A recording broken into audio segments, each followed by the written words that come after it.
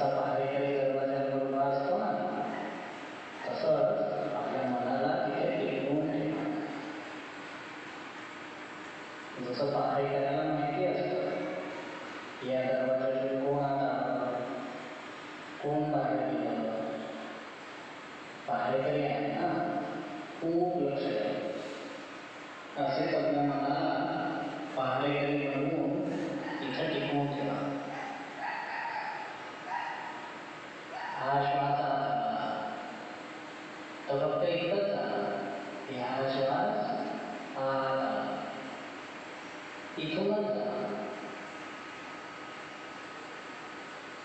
हा श्वास बाहेर गेला तर फक्त इतकंच झालं की श्वास बाहेर गेला, इथूनच झाला. कोणत्या बाबतीत जागृत राहा? अरे आपल्याच बाबतीत सावध राहा. चूक तर आपल्याकडून होते ना.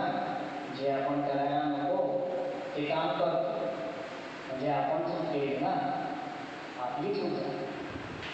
आपण आपल्यावरच पहारा ठेवला. आपण काय करत आहोत, आपण काय बोलत आहोत, आपल्या शरीराला कोणतं काम करीत आहोत, आपण मनामध्ये कोणते विचार करीत आहोत, आपणच आपल्यावर पहारा ठेवायचा आहे. तर पहारा ठेवण्यासाठी प्रथम काय करावं? आपल्या श्वासावर पहारा ठेवा. ठीक आहे, श्वासावर पहारा ठेवा. आपल्याला तर पहारा ठेवायला शिकायचं आहे ना, त्यामुळे मनही वश व्हायला लागेल आणि आपणही जागरूक होऊ. आपल्याला आपल्या श्वासावर पहारा ठेवायचा आहे. तर कसा ठेवाल? आरामात बसा. खूप वेळ आरामात बसू शकाल असे बसा. खूप आरामात बसा. आपली कंबर, आपली पाठ आणि आपली मान हे तिन्ही सरळ ठेवा.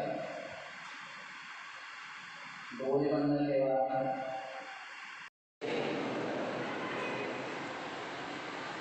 सर्वांचे मंगल, सर्वांचे मंगल, सर्वांचे मंगल होय.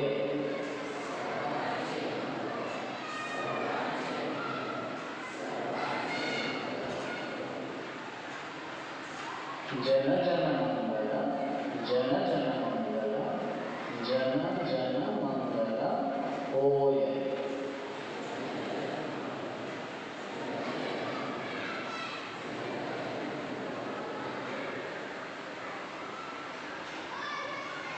माझे मंगल, माझे मंगल, माझे मंगल होय.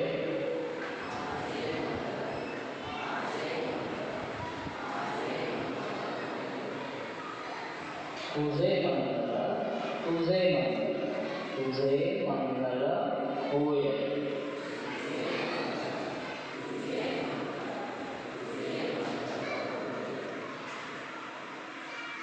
सर्वांचे मंगल, सर्वांचे मंगल, सर्वांचे मंगल होय.